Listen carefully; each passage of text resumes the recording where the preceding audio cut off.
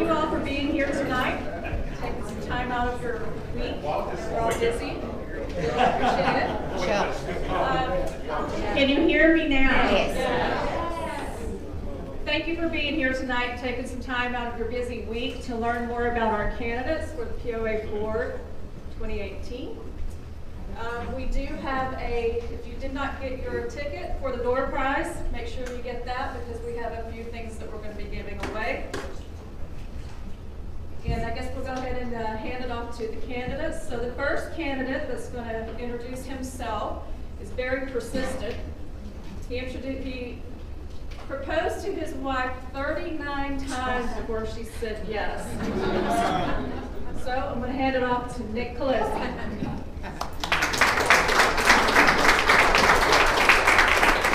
Good evening. Thank you all for coming. I'm Nick Colosi, but you all know that already.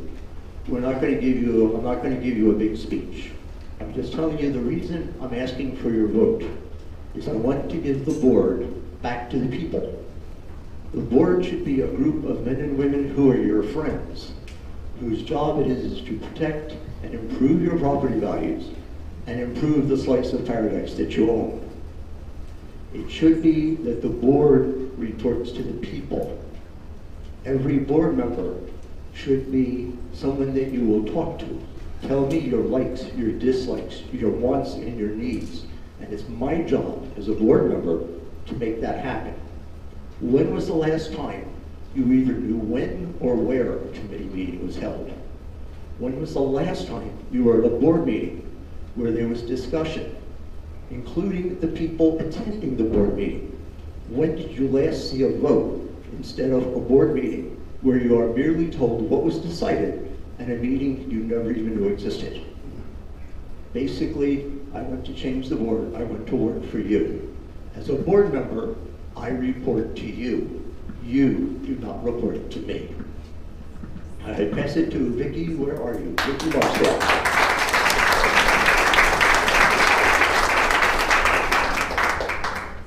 God, you're all so attractive. I just noticed. Okay, so my name is Vicki Marsden, and I've lived on the island for 7 years. I've had a house on Caravel for 5.5 years. And about 2 years ago, actually, I've lived under homeowners associations and things like that for a couple of times at least prior to this PIPOA. I never went to board meetings, I never voted because I didn't really care. They seemed to be doing a good job, and I was very happy that someone else was spending their time working out what to do with my property and properties around me in the common areas. So about 2 years ago, it came to my attention that in fact there was, the POA I felt were actively practicing nepotism. And so I went to a POA meeting, and I'd also received the amendments to the bylaws, and I thought, well, I don't think that's right. So let me just jump back so you know I understand why I'm saying that. Okay, my role, my job in life, apart from being a mother of 4 and grandmother of 7, which is the hardest job, is that I'm a process improvement specialist. So I help businesses get better. I don't sell them a product. I don't have a product to sell them. What I do is I have a toolbox of best business practices. So I'm going to throw some of these out. And if you don't know what they are, I'm sorry, and I can tell you later, but it's pretty boring. For the most part, for those of you who have been in business, you may have heard them.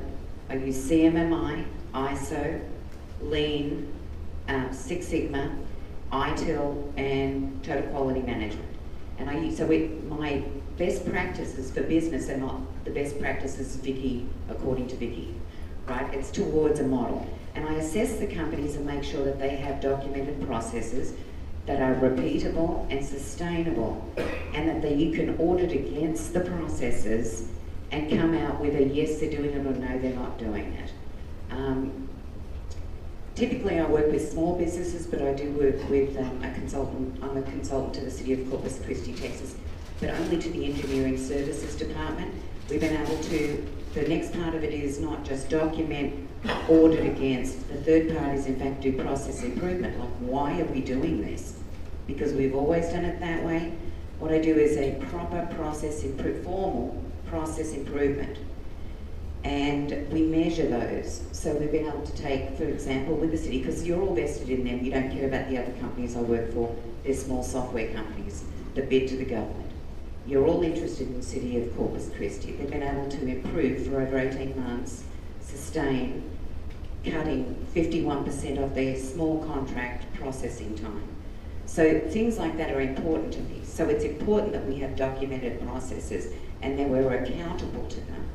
I have a lot of things that feelings about or thoughts about the compliance program, the board and how they communicate with us, transparency of the business to the people, because we, as Nick said, we own this board.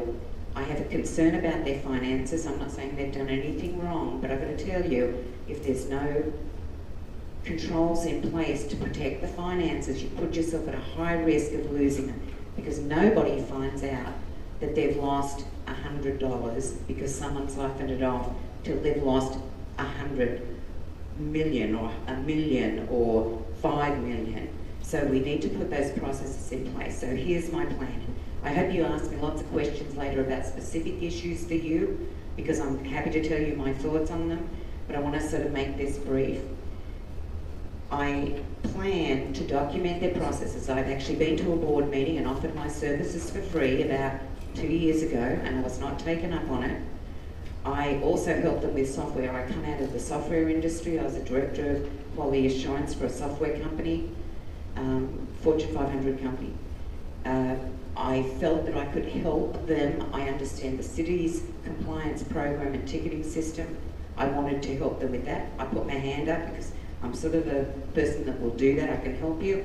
And they didn't take me up on it. So I'm here tonight to say to you, please vote me in, and I will help them document their processes and procedures, same as I did before when I volunteered to do it for free, not paid. I will do it for free for you, and I'll listen to you. I am the mother of 4 girls. I have listened a lot, right? So, and I work with a lot of companies, diverse companies, from small mum and pop stores to big manufacturing companies to Fortune 5 companies. So I understand about working with different people and being fair, reasonable, trustworthy. I'm also given a lot of leeway, knowing a lot of companies, you know, secrets, and of course I'm very trustworthy and I sign non-disclosures and do that. I'm also very much for background checks for everybody on the board, because they're managing yours and my 10 million. Okay, so thank you so much for coming out tonight. I'm so glad that a lot of you are new faces that I get to talk to. I don't get to bore my friends all the time. And I'm going to hand this off to Marta to close us out.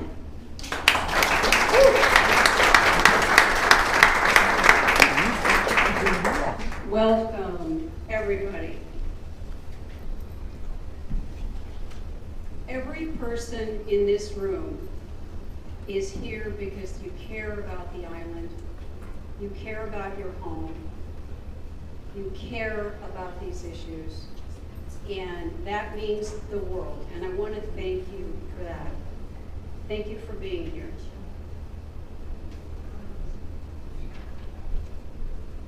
I got a problem here. Hold on. Nick, can you help me out for a second?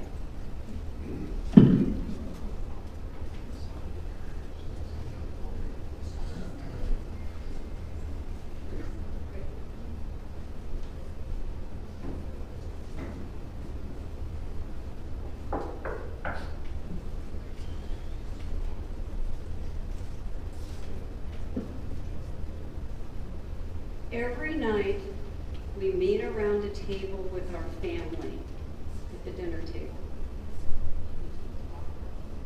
I'm here to say that never again shall a table be where the elite sit on one side and use this as a barrier to keep you out. I am vehemently against that. There is only one reason why I'm here, and it's you. Nick, can we do something else here? I got a better idea what to do with this.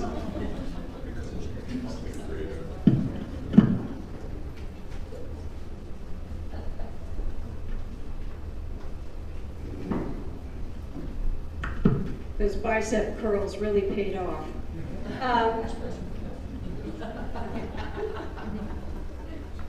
So,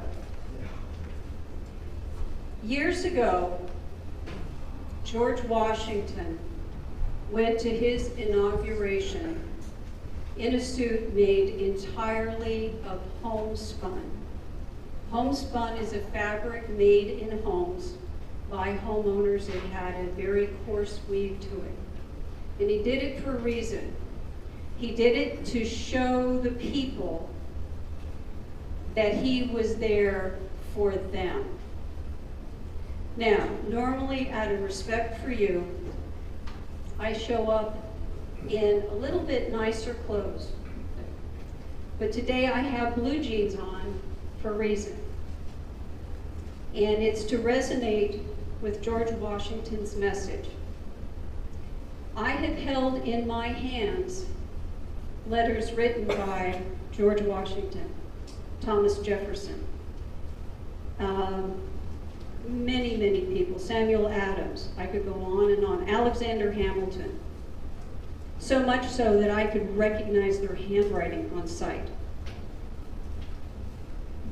One of George Washington's biggest fears was that leadership would become an authority that lorded over other people instead of the people having a voice. And anybody that knows me here knows that I will listen to you. That is why I'm running. I will listen to any and every single person in this room and on this island because your vote, your voices matter. Here's why. We have myself and Vicki and Nick, and we're running together. But we aren't clones of one another. We have differing ideas, and that is a good thing. Some people call it vigorous discussion. Okay, I'm good with that. I am good with people that have, you see, democracy is really messy when you get down to it. You have to deal with the fact that somebody that to the fiber of their core disagrees with you. But there's a genius in it. And the genius is together we can come up with more ideas and a better system than any one ideology could ever hope to do. That's why we have the peaceful transfer of power in this country, is because everybody has a say. Now, I did not come here to listen to myself talk. I came here to listen to you and to answer questions and to hear your ideas and to discuss the things that are important to us. Our homes are important to us. The money we make that has taken such hard work is important to us. We don't want to waste it. We want programs that are fair and reasonable. And I know this because I've talked to many of you. I would like to open the floor to you because, like I said, this is about you. This is me offering my services to be your voice. And so it's now time for you to go ahead and talk to me. Talk to Nick, talk to Vicki. We're here to answer your questions, to listen to your ideas and understand what is important to you. So I want a dialogue. And so, anybody willing to speak up and say something at this point? Anybody got a question? Right here. I'd like to know each of your short answer. I'd like to know each of the candidates' short answer and how they feel about this discussion that seems to keep going on about the dues that we pay and whether they should all be the same across the board, whether we should still consider the grandfather clause, whether we should pay less if we live in an inside lot versus a canal lot. I'd just like a short answer from each of the candidates. Well, I'll start off and pass it from there. I'm one of the people, I bought my home 2 months after that rule was passed. And so I'm the one who got caught with the higher amount. I think for one thing, we are finally getting it. There were people who have bought recently that if we took a vote again, it would change. I think it should be that everyone pays the same. But the difference between a dry lot and a wet lot is very legitimate. That there should be a difference in payment there. But everybody who owns a dry lot pays the same by the foot. Everybody who owns a wet lot pays by the foot. As far as how much we pay, that's a very good question. When you have $10 million, 600 is a lot. What are we doing with the money, and how can we redo that? My understanding of the history of this is the square foot amount is less for the dry lots and more for the wet lots, as they say. And I'm very sympathetic to the issue. I know that there are a lot of people who were grandfathered in because it seemed at the time the fair thing to do. I am open to what the people want, but I understand the process, and I would, before I came to a final decision, I would give it to the community to talk about this and find out what is important, and to take a good look at if we have bulkheads and the additional fees are to repair those bulkheads and keep them in good order, then a difference between a wet lot and a dry lot is something we should look at. We need to look at it fairly and see that we are charging the right amounts. So whatever we do, whether it's for what our fees are or whether it's a compliance program, two things have to happen. One is you should have a voice in that, and two, it needs to be fair and it needs to be reasonable. I think we should vote on it. I live on a wet lot, but it's a small lot. I pay $600 a year. I put that on next door. There are people at the end of the street that have lived there longer than me that pay $128. I think that's unfair. I know people on dry lots that pay over $1,000. I think that's unfair. I think we need to come up with a better formula to allow us to be fair and equal across all lots based on the square footage. I'd like to say, I'll get you. I'd like to say one more thing. I think that there's more than one way to look at a problem. It may be that there is a universal fee for everyone, but then we look at a different fee for a bulkhead, and depending on the fee to bulkhead, okay? There's a lot of ways to do it, and I won't pretend to do that, wouldn't think of doing that without your input, because everyone is affected by this, and you should have a voice about that. Yes, sir. There you are. So let's assume, thank you for the introduction for sure. Speak loud. You're pulled close. Thanks for the introduction. Interesting experience from everyone. So more interested in the results. So after 100 days of you being elected as part of the board member, what is one achievement that you would do? That's question number one. And then question number two, let's say that we know that there is a hurricane coming in 7 days. What would you do? You can repeat the question. What I just asked is if we would repeat all the questions so people can hear it in the back. Your way of turning this up. His question was, after 100 days in office, if you consider it like that, he wants to know what we think would be our main objective, what we want to accomplish. What's the one thing that we have accomplished in 100 days?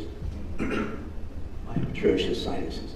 That was your first question. The second was, again, let's say that there is a hurricane. If there's a hurricane coming in 7 days, what is the POA going to do about it? I mean, not that we're going to prevent the hurricane, but how can we help the island prepare? Yeah, what each one of you would do about it as a board member. Yes. That's my question. Can I go? Because I'm always last. I don't know why. Okay, first, And I'm the oldest in my family, so I don't get that. Okay, the 100-day plan. Well, first of all, I love Microsoft Project. So my plan would be put, for myself, I don't care about anyone else, but you can look at it. I'll put together a schedule of how we will document the procedure, but first I need to know what they're missing. I know that they're missing, I believe, Brent, you could tell me otherwise, they're missing a nepotism thing and RFP, RFQ and things like that maybe. So I need to assess where they are and what we need to do at my first glance. And I hope to start at, or at least in 100 days, have done this, but none of this is quick. It's not quick. We will be methodical and I'll have a plan and I'll meet the dates and you can see the schedule, because that's how I work, because I'm very process oriented. Okay, second question about the hurricane. I had great concerns that we were paying captain someone or other, because I'm a captain, but captain someone or other money to write a plan where the city has a hurricane plan. The city engineering services, for example, has a great hurricane plan. It tells you we have to leave, get the heck off the island. And there are other things. I was a little concerned they didn't do the reverse alert till about an hour before the hurricane hit, and I was already out of town the day before. So I think the hurricane plan has to be based on whatever the city is going to do. Either someone calls an emergency to the county and things like that, and I think that information needs to come out. Most people are not going to, I don't think, look to the PIPOA for guidance and advice. They're going to be listening to the TV and news and weather and things like that. So that's my short answer. All right, the first 100 days, we have such a long list, it's hard to pick one. But I would say the very first thing I would do is give you a forum to be involved, to be part of the discussion. The next thing I would do is start systematically going through the things that you feel are most important in getting that done. Fair compliance program that is reasonable and that is consistent, so that it isn't where some people are focused on over trivialities while other properties are totally derelict and get away with decades of disrepair. That's not fair. So an assessment of the situation and what we need to do with your input is one of the paramount things. We need communication and good systems. And together we can fix anything before us. As far as the hurricane, I agree. I admit I have trouble over having consultants for everything under the sun. I sometimes feel like I need a consultant to mow my lawn, and I know that's facetious and that's way, way overstated. But a lot of the information was already available to us online. So, communication, that's the thing. And, you know, it's like that story that they read to us when we were little kids about the three little pigs and the houses of straw and the houses of brick. The lesson is we need to do planning ahead of time so that we can do as much as we possibly can to protect people. And I would like to see a program ahead of time suggesting to you information we can get from the city, what to do with your boats, what to do with the stuff in your yard, what to do to lock down your house, how to keep yourself safe. And if there are alerts, we also should be able to give you that updated information. Who's next? I think please allow my allergies. The first 100 days, I would again ask what you want most. I may think things count that you don't think count. But personally, one of the first things I want to do is put out agendas and schedules of every single meeting that goes on. You can be there. I want you at that meeting. I want you to talk to me at that meeting, not just make a few comments, at which time I say thank you very much and then totally ignore you. As far as the hurricane goes, I think we have to activate, get closer to the city, follow their instructions, their advice. And more than that, we should keep it that the POA office will be a central for information for you. Set up a workforce, sort of like we have some older people who live alone who need help putting up their shutters and not doing it when we're running for the bridge. But know this in advance, and a couple of days before, have a list of people who need help. Anybody who has a particular situation should be able to call the POA, and we will find how to get you help. Somebody must have a question. I have a question.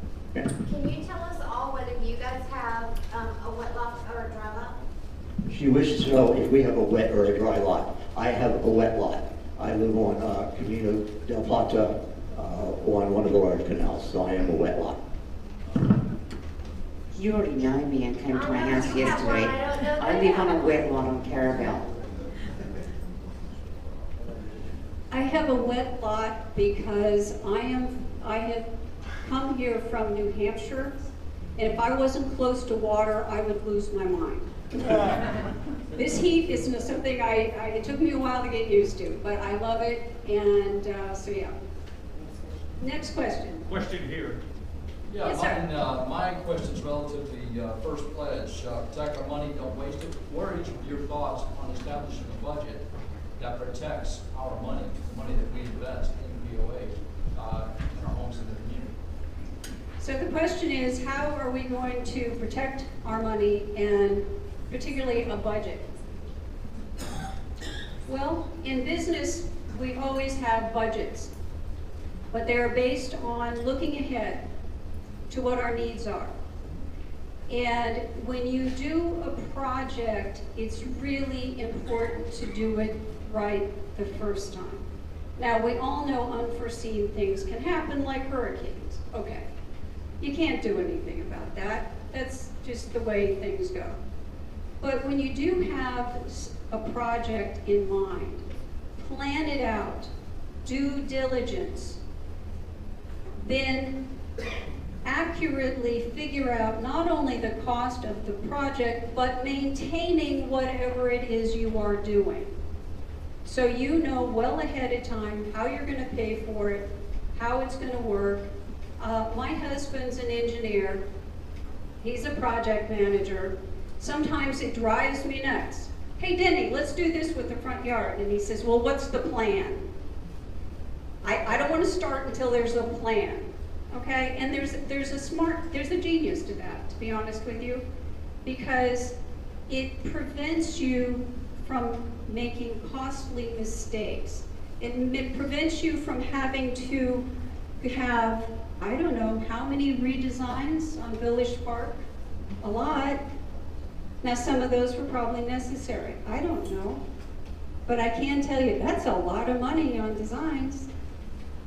It would be better if we could do it, think it through, do it right the first time, because anybody who is in construction or mechanical engineering or any of these other fields can tell you change orders are very costly. And honestly, there are times when it's necessary. You can't get around it because you run into something you didn't expect. But a lot of it, in all fairness, we can avoid. Don't let something like a bulkhead go into such disrepair that the effort to repair it is going to cost more than it would if you had addressed it early on. Everyone in this room has a budget. It's inconceivable to do anything without a budget. With one of my backgrounds, I was military, and I led expeditions. I had exercises 2 to 3 weeks above the Arctic Circle. We had a group of 80 people that we took to the island of Bataan, a very isolated place. I had to submit a budget, and these budgets would include a couple of $1 million. If we didn't plan it down to how much water we were bringing on our back, how much MREs we needed, every single item. If I didn't ask for it in advance, I didn't get it. There was nobody who made FedEx delivery to the Arctic Circle. You have to have it in advance. Know what you have to spend, how you're going to spend it, where you're going to spend it, because once you start rolling, you just can't go back and fake it and go from there. Okay, so I'm going to put checks and balances in place to make sure that our money is looked after, because I'm a little concerned at the moment that they don't have those best business practices in place when they're doing things. I'll give you an example. Not just writing checks randomly or the beautification trust or anything that's gone on in the past that I believe is questionable. Most importantly, not this month because unfortunately I was away and had to watch the meeting online, but the month before I watched them put a contract forward and I'm not exactly sure of the dollar amount. It was about $40,000 for something. And they gave the candidates, the board members, a copy which was about, I'm guessing, 90, 100 pages, put it in front of them and said, okay, we're gonna yay or nay this. It's for nearly, and please don't crucify me because I said $40,000. I'm not sure the number, but it was about that. And they said, okay, we're going to vote on it. And in fact, Marvin Jones, who by the way is here tonight, as another board member, Marvin Jones said, nay, can I have some time to read the contract? I haven't seen it before this. And they said no, and he nayed it, and the 6-1 voted on it. Now here's the problem. It's not about bogging things down, because I'm going to nay everything you say. It's about risk management, and we need to look after the funds that are there now. I think we learned through this last hurricane, and I've been through tropical cyclones, but not a hurricane, and not like this. I never had to evacuate, tape my windows with masking tape, and lost a couple of little palm trees. But through this experience, I think we realised that there were some people who said some things that were very true. The biggest problem is the debris in the canal, and I can testify that because I've taken my boat out twice and run over some, I think it was a buoy under the water. But the other time I thought, I took my grandkids and we went for a bit of a look after the hurricane. I saw they were a bit bored, but anyway, I saw what's it called, cooler on the water. I'm like, yeah, treasure, let's go and look. Well, there was a flippin' boat upside down under the water. We went up very closely and my daughter's going, Mum, back up, propeller, propeller. So there is, and apart from my turtle, that's concrete one that's in the water. So I think there are a lot of things that we need to look at and reassess now that we know the reality of a hurricane and what our funds are going to do. And we need to put checks and balances in place, and we need to make sure that even all of you have the opportunity to read the contracts before they're put out, because they're put out in secret. Okay, so that's all I'm going to say. That's my answer. You're welcome. Has anyone else got a question? Yes, Mr. Hall. Yeah, a follow-on question, segue to that, fiscally responsible question is basically what I heard is yes, you be fiscally responsible with the funds available and the common area maintenance fees would not be considered for other things. My question is direct on that. I would assume, would you consider giving a block of money to a public charter school? Would that be a proper use of PLA funds, yes or no? I would like to answer first because my granddaughter goes to that school. No, hell no. No, I'm ready to raise money and pay for $5 Friday free dress day. Because I think that's wrong. I don't think a 501(c), by the way, I'm not a lawyer, can legally give money to another entity, but anyway, I could be wrong. No. All right, so I'm the president of the Citizens Police Academy Alumni Association, a 501(c)(3) nonprofit organization.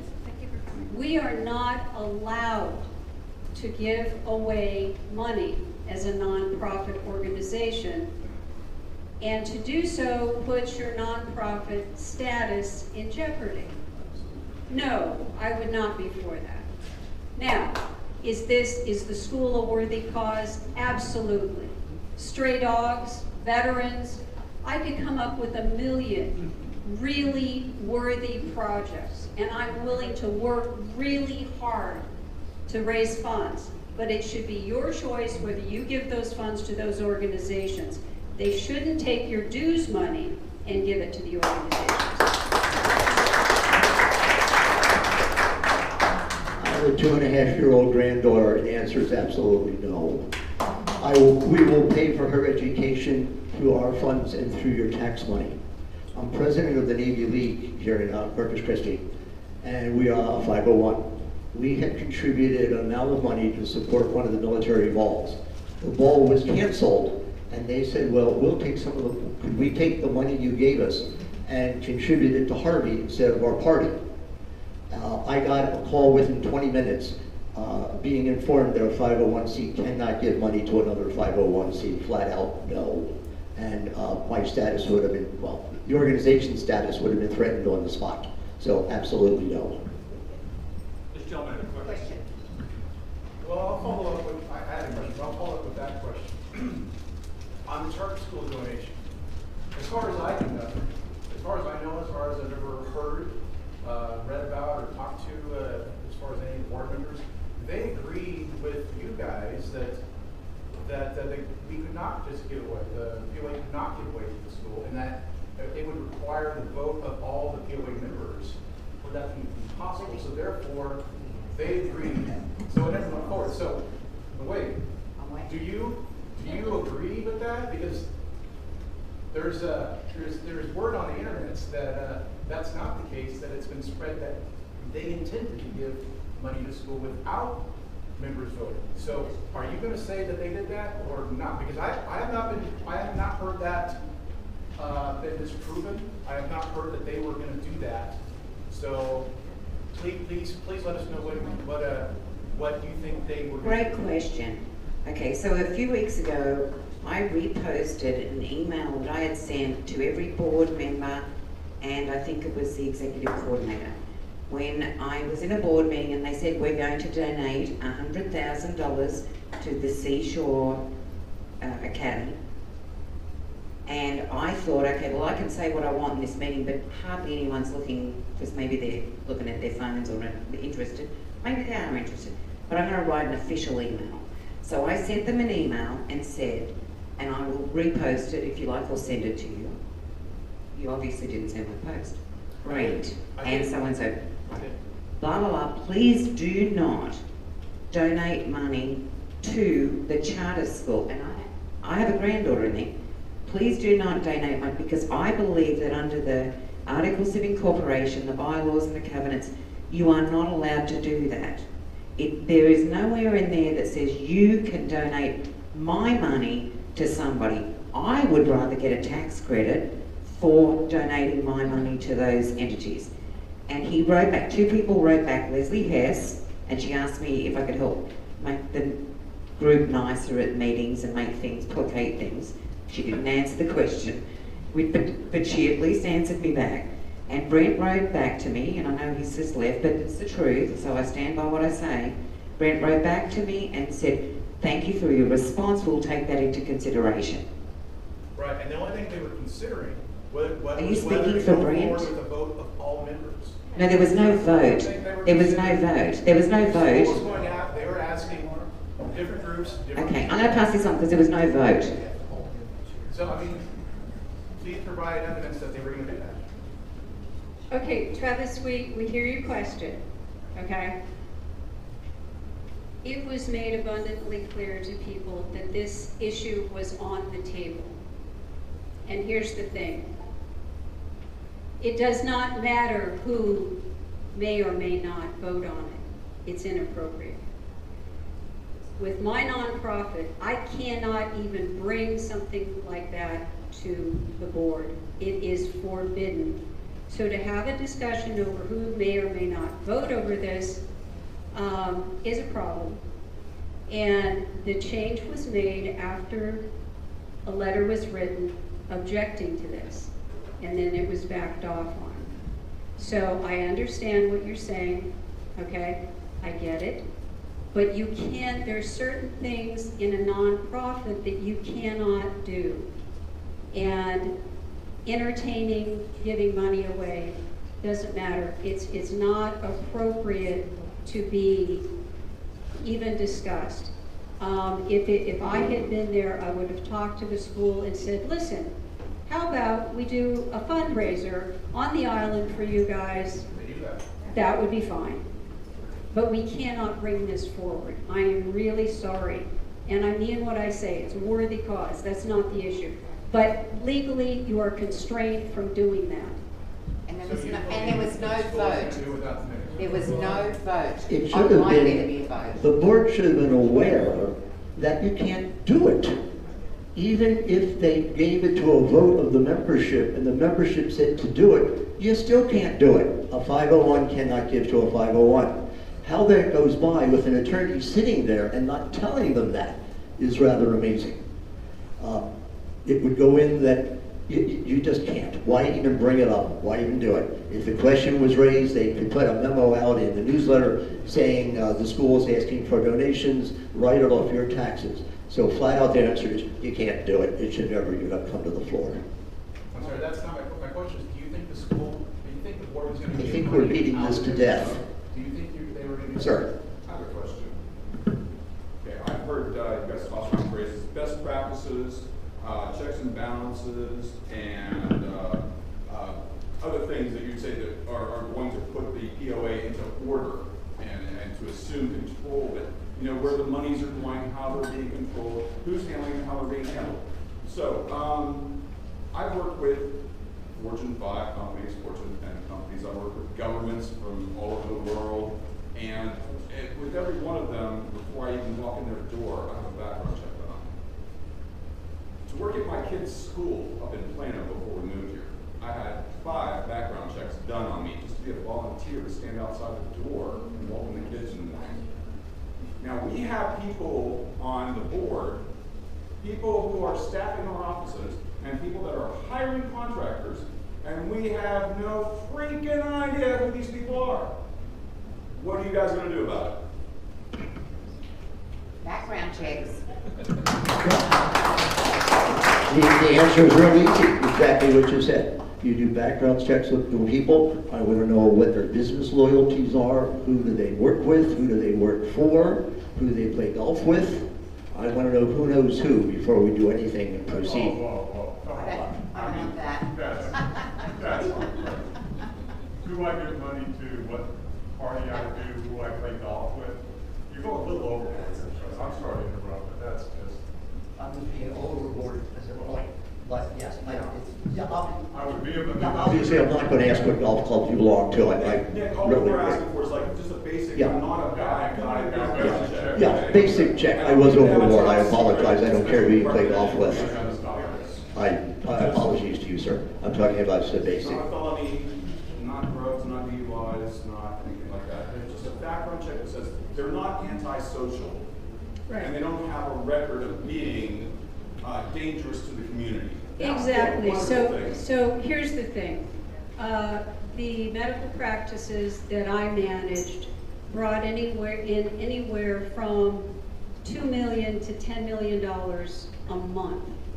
Okay? Anybody in my practice that worked with medications, narcotics, life-saving equipment, money, they all had background checks. I don't need to know the name of their dog when they were 12, but I need to know that they have not been convicted of a felony. I need to know that they don't have multiple bankruptcies in their past if they're handling money. That's not a good plan. You just have to be smart. And would I submit to a background check? Oh, heck, I would. In a heartbeat. I've done it a zillion times working with the FBI. I do it in a heartbeat. How about Vicki? How about you? Would you guys submit to a background check? Well, I'm actually an Oz-American. 2 countries love me. So 2 countries have let me work for them. I actually held an interim secret clearance with the US Air Force when I was an editor there under the pilot AETC, Pilot Instructor Training and Navigator Training, many years ago. And I was an Australian citizen. It was actually revoked, not under bad circumstances, but 9/11 happened. And then they, even though we were still fighting with you, whatever, they revoked it, and so I couldn't work on that course anymore. But anyway, that's okay. But I've also held a position of public trust the whole time. I became a citizen in 2009. I believe background checks are very important, especially for people handling money, because like I said, you don't know when they've stolen $100. Something else is happening. So I would absolutely submit to one. I had to have one.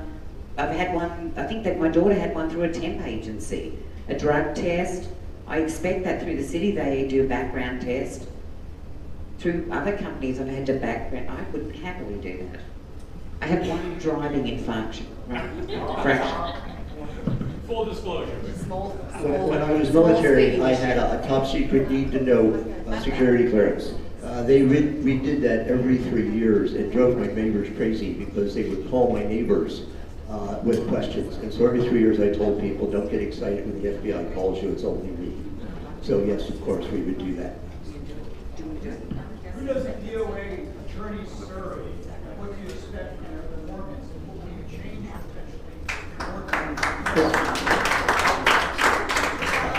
I guess you heard that. His question was, tell me if I get this right.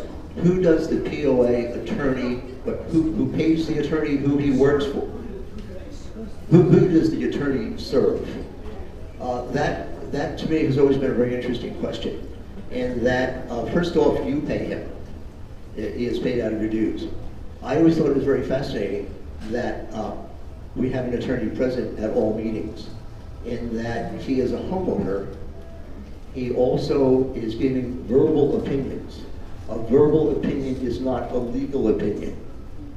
If you want a legal opinion, when I'm in another organization that we needed a legal opinion, I sent a formal letter to the attorney we had on retainer, and he sent me a formal letter back on his letter or her letterhead under seal, and had to back that.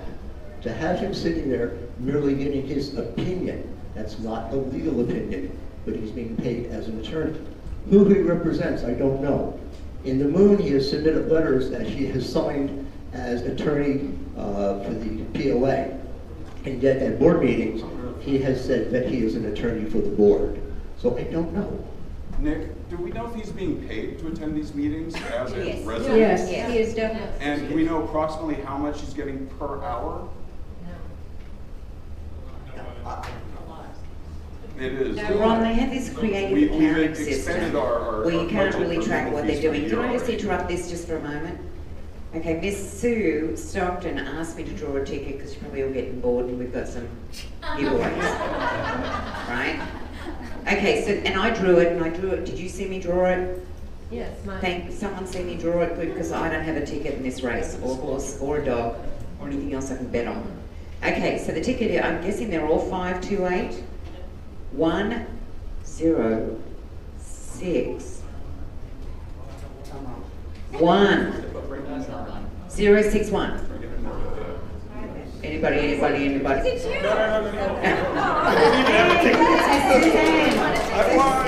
Yay! Okay, let's go back. That was exciting. Let's go back to this over. He needs a ticket. Yes, I didn't have it. Who doesn't have a ticket? Here. Who doesn't have a ticket? Everybody has a ticket. I have some questions. Oh, okay. Point of order, there was a question on the floor that was interrupted. So that Yeah, we're going to continue. I won't forget the question. I'm sorry. They're going to continue. I'm sorry. They're going to continue. Some people got excited over here. question on the floor. Okay, let's finish the question here. I have one question. Is it okay? Okay, let's finish this one and then we'll get to you. Short answer. Who pays for the attorney? We do. Who does the attorney represent? The board. I'll let you make your own conclusions about that. Same answer. We pay for it as homeowners.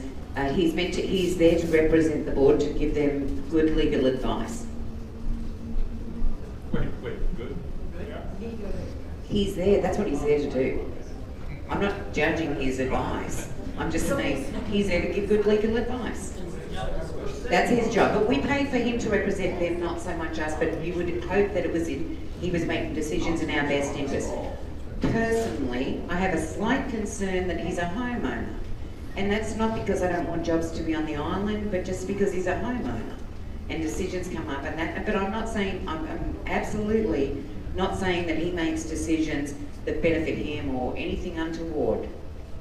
But I'm just saying that that's my only concern about it. I feel like sometimes we need an independent to look at what we're doing, the same as our CPAs who are in corpus, but they've been doing the same job. We're a regular income for them for the last 14 years, I believe, and I think they should be changed out occasionally, because I think every business that has a person who manages their finance should make that finance person go on a 2-week vacation to Australia or somewhere else and have someone look at their books. It's the only way to do it. Oh, I'm sorry, Danny. Okay, next question. So there's a couple of questions. I have one, and you have one. You want to do as the- well? Yeah. So my question is, I read your slogan. Have you had enough? Right?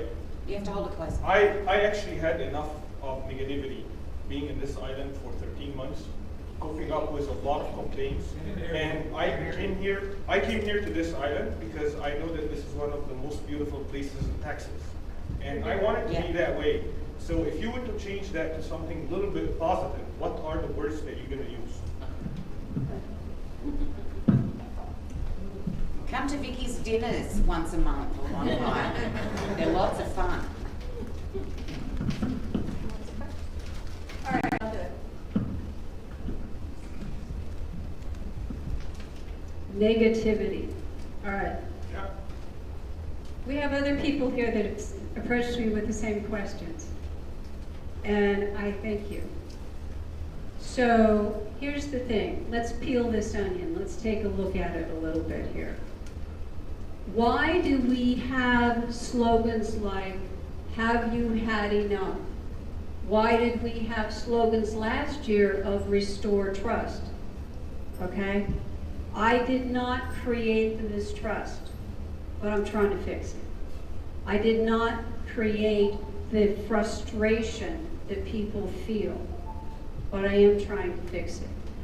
Now, in medicine, people get emotionally upset when they're sick or they're ill. It's normal. Some are articulate and gracious about it, some not so much. And they come through the door and they're fired up. And in the police department, we call this de-escalation. So what you do is you listen to people. That's how you avoid signs like this. You listen to people. And what I would change this sign to say is, your voice matters. And I want to make a sign that says, your voice matters. I'll come to it later. Thank you, Tara, for answering the question I haven't even thought about. I think, well, we work for you. Yes. It wasn't meant as a negativity. The thing is, she said, is it's just a built-up of frustration. You try to talk about things you don't get listened to. You're told what to do. That has to stop. It's our island. It's our association. It's our homes. We listen to what you want, and our job is to carry out what you want me to do, and not go out of my way to just frustrate you. Just make it the best island in Texas. That's cool. Absolutely. Right, there's one more question. Yeah, she had her hand up Michelle has first. some We'll get back questions to you, okay? Michelle has some I questions. just wonder, I don't understand the background check being such a big issue. I've always had them because I've handled other people's money. Right, And I've been in volunteer organizations where you just have to have them. right. When I started dating my husband, I said, by the way, background checks on you. That's how it's gonna be. Is there anything I need to know? I mean, why do you think it's such an issue? Because to me, it's not an issue, it's a non-issue. You gotta run it. Why do you think it's such an issue? I think it's an issue because of the size of the organization. If we were a very small PTA or No, I something, mean, why do you think having them? why is there opposition to it? Yes, Why is there yes. That's a really good question. Why would you not submit to that? I don't know. I have no answer for that. It doesn't register with me. Has there been outright refusal, or are we just saying they haven't been doing it? No, there's just people that have been very vocal. So there hasn't been outright refusal.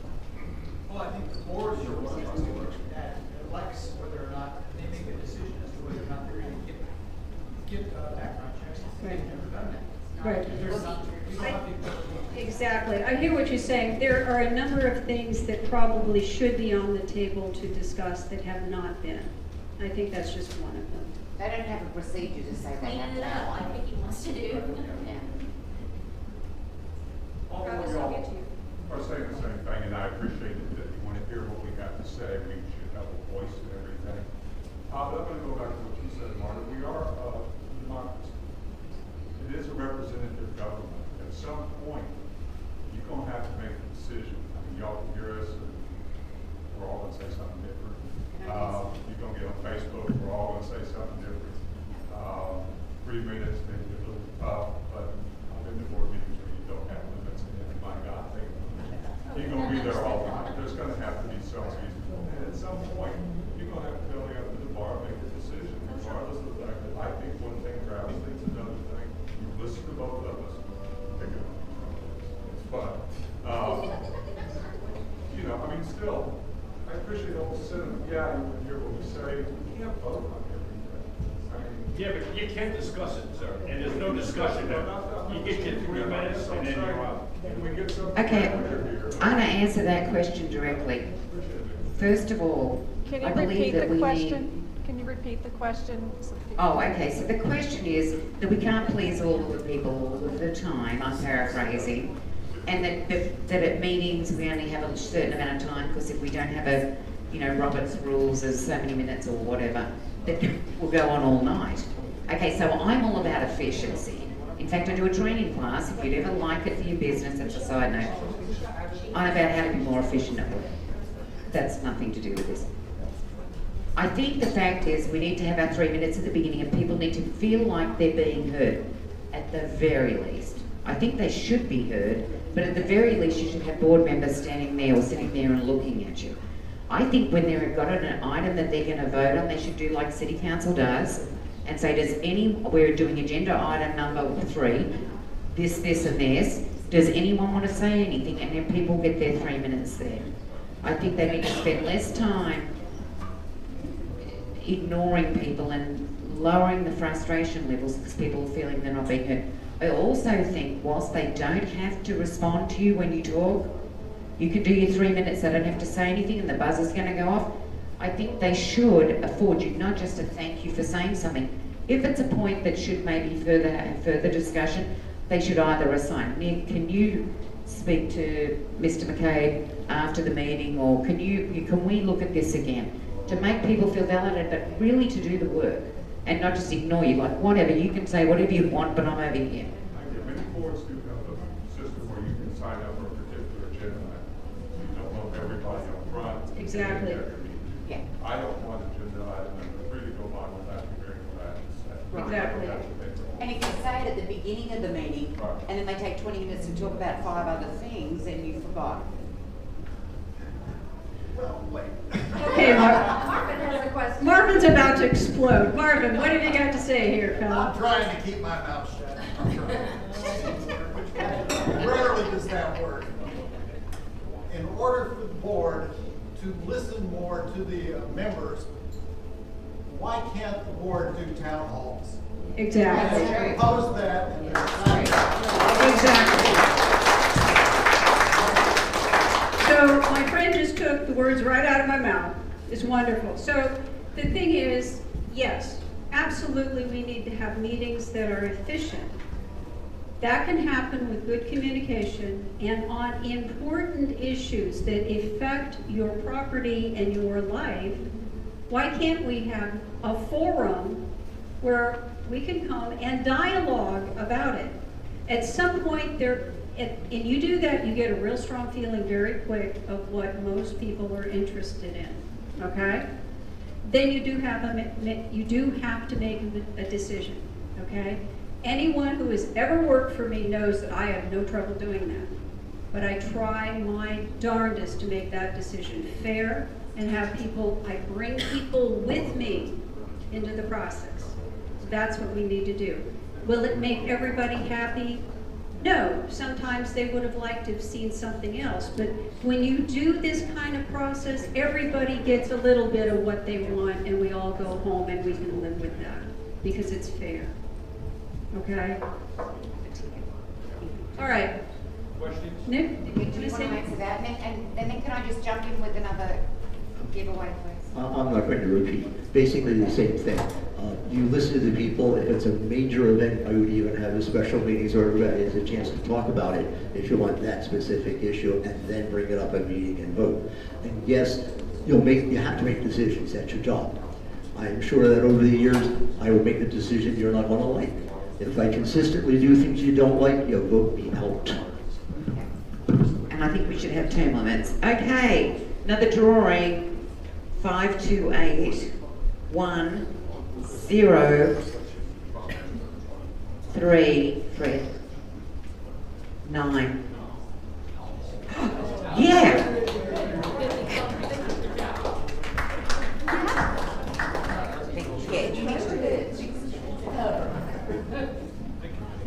Good job. Michelle's got some. She's getting to you. Okay, I have a question from a viewer who's watching the live stream. As you probably know, an island residence attorney has recently delivered a letter to the board members raising serious questions about the board's conduct in amending our bylaws to give themselves amendment powers they didn't have before. Do you agree these allegations need to be investigated and that the membership needs to take back control of bylaw amendments? Okay, so my position on that is when two lawyers are making an argument, in my unprofessional opinion, but just reading what they put out there, I think they're nearly 50-50, maybe 51-49, but I'm not a lawyer. So I think that that clearly needs to go to a judge or a jury to find out what happens, because I don't want to make an emotion. How do you feel about it? Well, I think 51%, well, how do I think about them taking back the laws? As my non-legal, because see, it's taken it to a different realm when we now have attorneys involved in it. See, if it was just you and I talking about it, I'd say, yeah, I think they did the wrong thing. I think they took our rights away from us. But this question was specific to the lawyer who filed the suit on the other lawyer. And I don't want to be in that. If they can find that out by themselves, so my opinion is we need our rights back from 1994. I'd like to hear how each of you feel about it personally too. I mean, as a certainly. You know what I'm going to say. This is your organization. You have every right to have a say. And somewhere along the line, we went from having, now regardless of attorney arguments and citing codes and all this stuff, somewhere along the line we went from having the right to amend our documents, and our input on that was part of the deal. Then it was changed to where we lost that. Now, stepping aside from all the laws, the Texas Property Code, a great deal of it was written in order to protect us from boards that got carried away. My question is, do you really think that the laws regarding property from that code deliberately cut us out of the loop and took our rights away, and that the board has to? Of course not. That's silly. So here's my thought. Regardless of what happens with this argument, there is something wrong. There are things wrong with our covenants. There are things wrong with our bylaws. They are draconian at best. They are inconsistent, and it is something we, as a community, need to fix.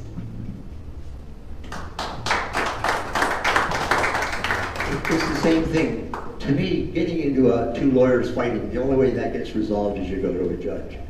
The point being, if the one lawyer is correct that according to the code, the board does have the power to assume it, that might be legal, but is it right? Should you, why would we give up our rights to govern ourselves? That might be the law, but that doesn't make it right. It should be reversed. We never had a say in it. I want our voice back. Robert, do you have a question?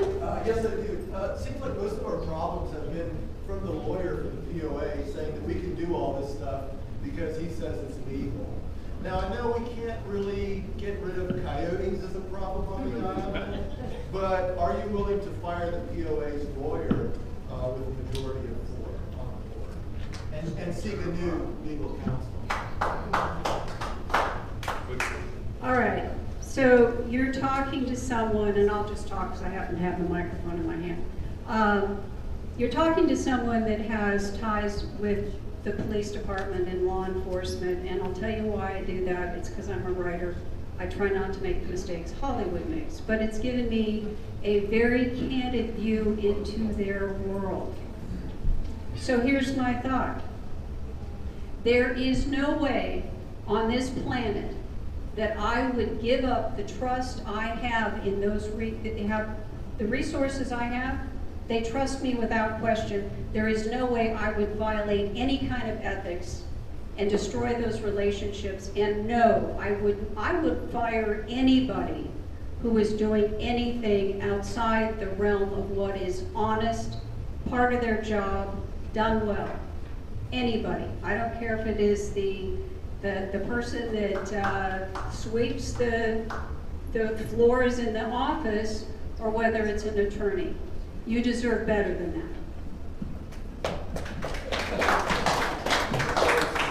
My opinion is the only reason you have an attorney present at all board meetings is you know that what you're doing is either questionable, if not outright illegal, and you want to twist it so that it sounds good. I see absolutely no present company accepted. I see absolutely no reason to have an attorney present at all times. We have more than one attorney in the room. Yeah, but he's the one on the board. Courtesy to you two, you're not on the board, so I didn't yell at you. Question back here. I just want to say that I have no opinion at this moment on firing anybody. But I'd look into it if someone was doing something wrong. I don't think that we've got any evidence yet, so we'd have to look at that. We have a A question up back. Do you want the microphone? It's lots of fun. No, I think you may need it. As a brand new resident here on the island, my question is, how did it get like this? Yeah. Who let it happen? Was there no transparency? Were people not speaking up? May I answer that before the candidates? And then you can answer, is that nobody was watching until there was a key thing happened called the Beautification Trust. Okay. And it became apparent that everything wasn't, to give the expression, kosher with this thing. And that's when residents started looking, a lot of them started looking in. And it is more things, more people looked, they found more that didn't look quite right. And that's when all this started rolling. That's right. That's exactly what started it. So 1 year ago, we were just concerned that No, it was like 3 years ago. 3 years ago, we That was were like 3 years smaller, smaller. and then we're getting bigger and bigger, and it's getting bigger. Can we just poll and see how many people are new residents and how many are old residents? Yeah, how many are new residents What's here? new? Find it. What's new? What's new? Yeah. Last year. 1 year. 3 years. 2 years. 2 years. Welcome. Welcome to this beautiful island. We're happy to see you. Do not be discouraged. This will be fixed. I promise you. Michelle has some questions. Because we're live streaming and people write in, so. Okay, Heather Cooley is watching online with us. You gotta speak up. Heather Cooley is watching online with us. She wants to know, would each candidate actively enforce all correct covenants? Correct. Current covenants. No, I would go back to the old ones because they took a whole section out because Heather Cooley was complaining about someone who had a caravan, an RV, blocking her view out of her house. They complained enough, they actually took the whole section out. Then when I wrote to them, well, I had told Heather, she was a friend of mine, I had looked it up and said, hey, you've got them at section J, page, I can't remember, 13. A says this, B says this, and C says that, and of course I'm very anal, so I wrote the document name in my text. 6 months later, she's still complaining about it. They blocked my view, blah, blah, blah. I said to her, no worries, you got them. And I went and looked on the POA website, and I said, hang on, they've changed it and taken that section out. So I wrote a letter to the POA and said, can you please send me this document, last time's one. It's a PDF, it used to be online. So what they did was they printed it out, scanned it back in, and gave me every second page. So that might just be that the people who work there don't know what they're doing, but oddly enough, I only got every second page from an electronic PDF they could have attached to the email and sent to me. So let's just say they're not very skilled at technology. They did that accidentally. I then, well, the first email was, they said, that's not the current one. I said, yeah, I know it's not. I know you're watching me on Nextdoor. Can you please, I said that, and can you please send me this document? Anyway, when they sent me the old document, it's in there. So Heather had complained a lot. She had a valid case. They did not follow the procedure, which is the ACC process for RVs, and they just took the section out. So watch out when they ask you to paint your house green next week with pink spots, because they can do that now. They've taken your rights away. Not the ACC, because they're toothless.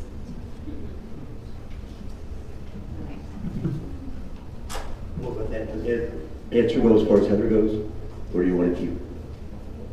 Yeah. Okay, with my answer to Heather is that I think the big question is exactly what are the present covenants? They've been changed so fast.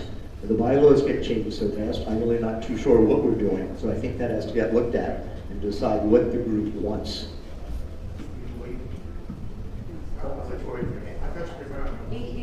He's next to talk, and then Marta, you've got another question. As we saw, there's a lot of people here that are new, and there's people here in 18, 20 years. I purchased my property back in '99. I got a set of covenants. Doesn't look anything like what I see now. Yeah. What am I liable to? Am I liable to what I purchased? Or am I liable to what somebody decides today?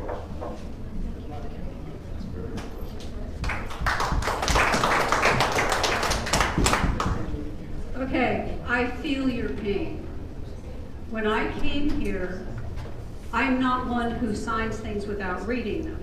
Okay, so I got a copy of our bylaws and our covenants, and I read them cover to cover. I viewed them as a contract. And I specifically asked the people in the office, because I've seen failed POAs and HOAs. And I said to them, I asked them a bunch of questions, and they promised me on the spot, I said, I don't see this in here, but I want to make sure. And they promised me they would never, ever tell me how to trim my trees and bushes. Seriously, I feel your pain. A contract's a contract. Yes, ma'am. Okay. It came up earlier in the meeting about people that were grandfathered in, and now new people are paying more. Well, who is doing projections to when there are no more new lots? On our street, we're one of 3 houses that are still grandfathered. All the rest have been sold. We only have 3 empty lots out of 7 when we moved in. So at some point,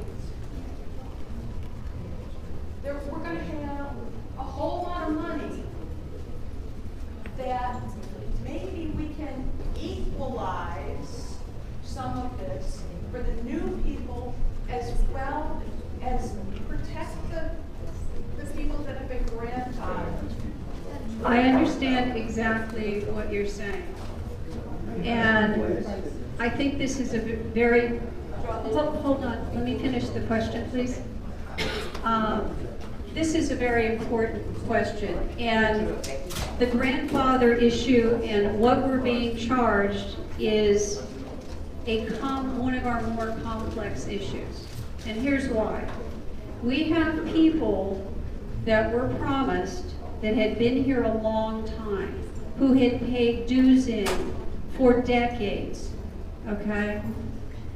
If we radically change things, they would not be able to afford to live here. Now, look at the fact there's a lot of people that have retired here. And your home is one major, major investment. But there's another investment. Look at all the friends that you have spent decades building relationships with. I have spent 8 years building a friendship with someone across the canal from me. They are so fed up, they've had enough, and they're moving. Because they don't believe this board cares about them, they don't think it's going to change, they are leaving. And I'm losing my friend that I wave to every day across the canal. That is heartbreaking. None of us should be in this situation. That's why it's not a yes or no, black or white question. In medicine, you have a lot of different moving parts and you have to consider all of them. And you have to make a decision, and I've done it on a ski slope and ski patrol a million times because I do outdoor emergency medicine. You have to be able to make a decision. But those decisions have to be careful to respect all parties as best as we can and come to a common ground that we can all live with. That is my comment on that. Nick, do you have something?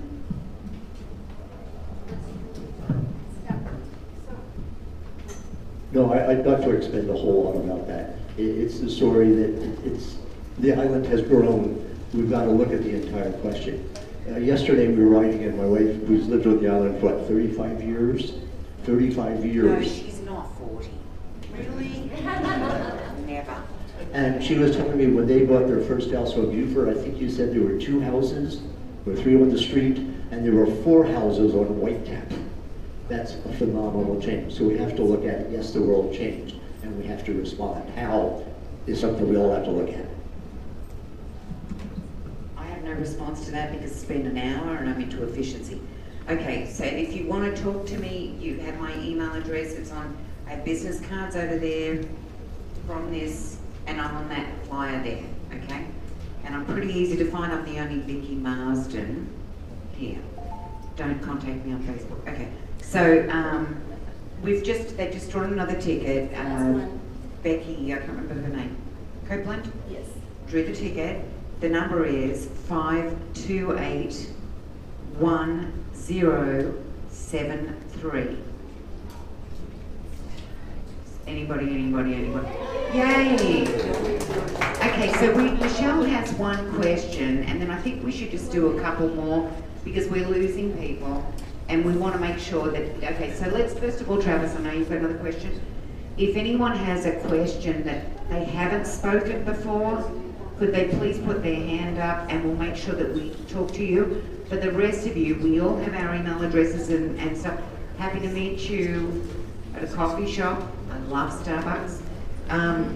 If you would like to talk some more about this, we're going to have more forums, more of these town halls before we start the actual, before we go to election, okay? Okay, this question is from Moshin Rashid, who is watching the live stream. He said, he's doing the grocery store. Yes, Moshin and his wife are doing this.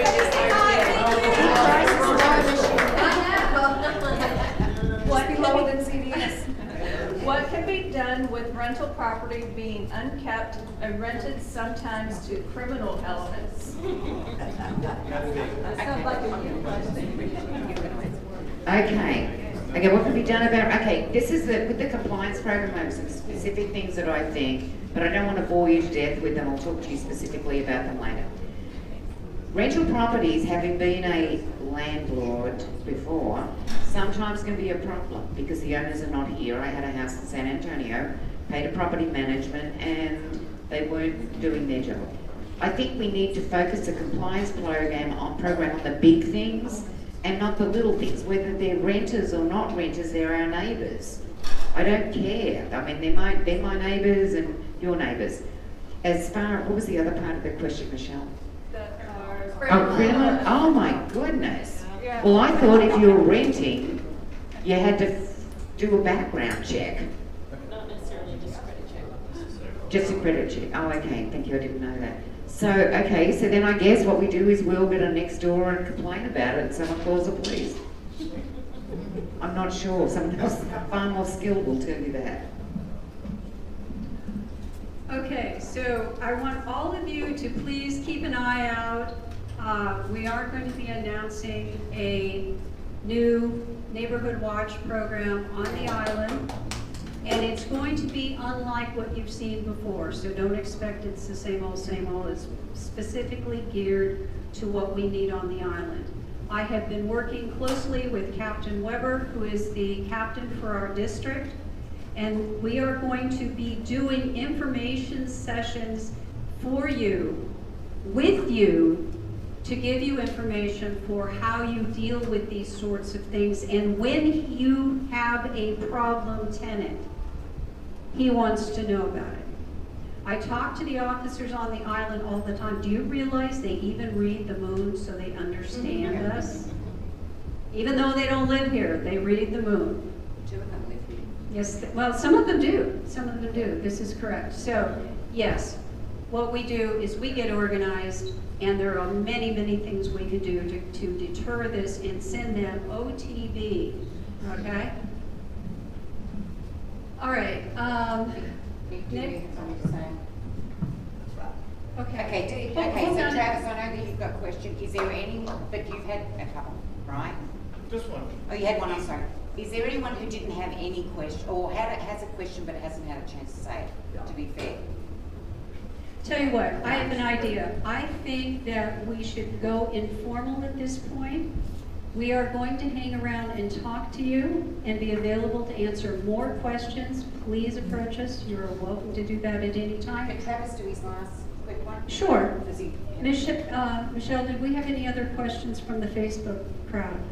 No. No? Okay, we're good. All right.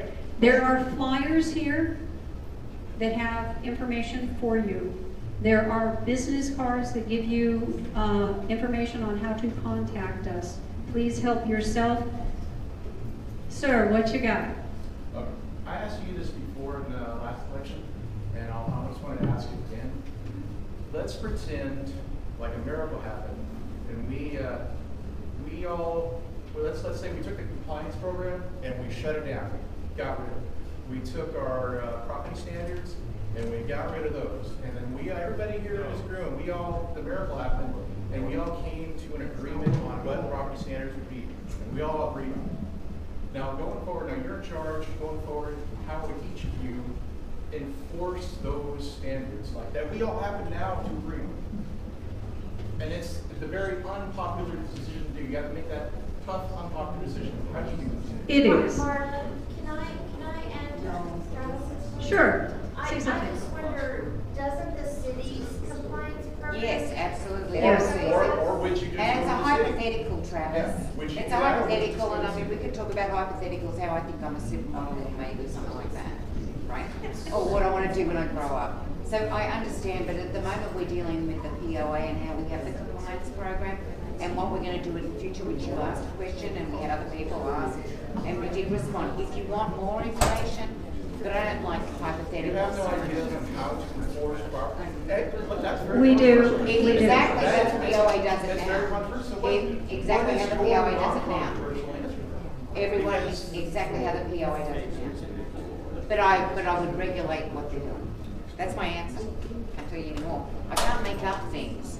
If I was queen of the world or I had a magic wand, I would do lots of different things, but I'm not. I'll deal with what we've got. Travis, sometimes you have to look at, first of all, you get a lot more cooperation with people when they've had input and you treat them with respect and not like arrogant killers. Okay? But you must have an Yes, I do. You start with respect, you talk to people, you find out what's wrong. Oh my gosh, this is a case of a couple in their 80s and the husband had a stroke and they got big problems. That's why their yard kind of has more weeds than usual. Okay, let's find a solution for that. Other situations that are dire, we've seen them, they are a mess. We work with the city and we force a compliance. We need a better compliance program than what we have now, but it has to be fair and reasonable. You're going to hear me always say this, and it has to be uniformly applied. Here's the thing, I did a tour of this island, and some people, including a household that was Yard of the Month, also got a violation letter at the same exact time. Now, something is just psychotic about that, I'm sorry. So, you can't, the standard can't be so rigid, you can't go away for a vacation because maybe it'll rain and a weed will pop up. I mean, that's just silly. We have to look at stuff that's going to actually impact property values. I have seen situations where people were allowed to construct things that were against code with no permits. They had structures big enough you could park the Queen Mary there, for crying out loud, and their view was suddenly gone. It's like the RV question, where someone suddenly winds up in a metal canyon and their property value goes down because they have no view at all. They're just wedged in. So, yeah, I have a lot of ideas, and I think everyone has some ideas, and I think there is a much better way of doing this. Now, if you want to discuss it further, please come talk to me. For the record, I am not for a free-for-all where there are no regulations, ever. I'm not for that. I'm for reasonable standards that make sense for us on the island. It's a no-tie zone. We come here to kayak and fish and boat and enjoy this island. You cannot make it so we can't do those things. Let's break. Please come talk to us and let's continue the dialogue. Thank you all so much. Starry, starry night.